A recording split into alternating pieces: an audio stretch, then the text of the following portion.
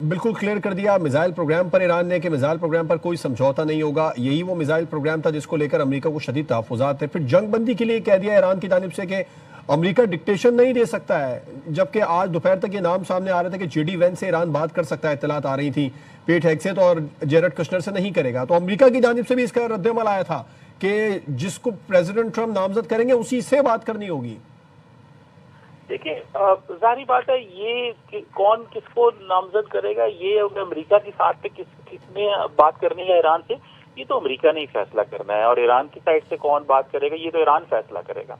लेकिन क्योंकि Jared Kushner और स्टीव विटकॉफ के बारे में ये है कि लास्ट टाइम भी वो मुज़ाकरात के हवाले से आए थे, तो चीज़ें कहीं बेल मुंडे नहीं चढ़ी थी। और दूसरा ये भी इम्पोर्टेंट चीज़ ये थी कि उनको बहुत सारी टेक्निकल चीज़ों की उस तरह समझ नहीं थी। ये भी जो है वो ईरानियों ने ये कहा। और इस पे जो ब्रिटिश नेशनल सिक्योरिटी एडवाइजर भी वहाँ पे गए थे जिनीवा में, तो ये बातें हुई थी। लेकिन सवाल आखिर में यही है कि दोनों मुल्क जो पोजीशंस दे रहे हैं वो पोजीशंस ऐसे ही हैं कि दोनों जंग जीत गए हैं और दोनों ही समझ रहे हैं कि ईरान की भी अगर आप पोजीशन देखें, ठीक है ईरान के ऊपर हमला हुआ है, ईरान के ऊपर एग्रेशन हुआ है, इंटरनेशनल लॉ की वायलेशन हुई है, वो अपनी जगह पे बिल्कुल ठीक है। लेकिन अब ये तो नहीं कहा जा सकता कि कौन से मुल्क की क्या खारजा पॉलिसी होगी, कौन सा मुल्क कहाँ से किससे दिफा ले रहा है, ये तो नहीं किया जा सकता। ईरान इस हवाले से जारी बात है उसकी भी लिमिटेशंस होंगी और कोई और मुल्क तो नहीं मानेंगे।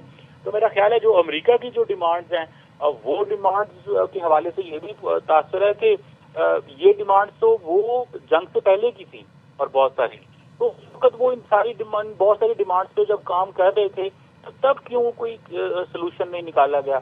और जब अब डिमांड्स उस वक्त रखी हैं जब ईरान का बहुत ज्यादा नुकसान हो चुका है, उनके सुप्रीम लीडर को असैसिनेट कर दिया गया, उनके टॉप जनरल्स को असैसिनेट कर दिया गया है, वहाँ इतनी बड़ी तब्दीली आ गई है, तो ईरान इन चीजों को अब क्यों मानेगा। तो ये देखिए ये जो बहुत बड़ा इम्तिहान है, ये जो सालसी कराने वाले हैं उनका भी है, ये इम्तिहान अमेरिका और ईरान का भी है, क्योंकि तमाम फ्रीकैन चाहते हैं कोई रास्ता निकले।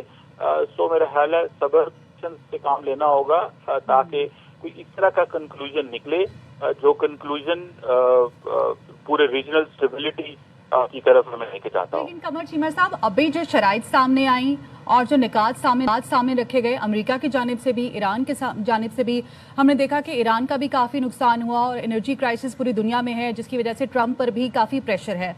अब इन शराइत को मनवाया कैसे जाएगा? क्या आपको लग रहा है कि डेडलॉक होगा, मुज़ाकरात का अमल आगे बढ़ सकता है? उसका मुस्तकबिल क्या देख रहे हैं आप? देखिए, मुज़ाकरात तो चलते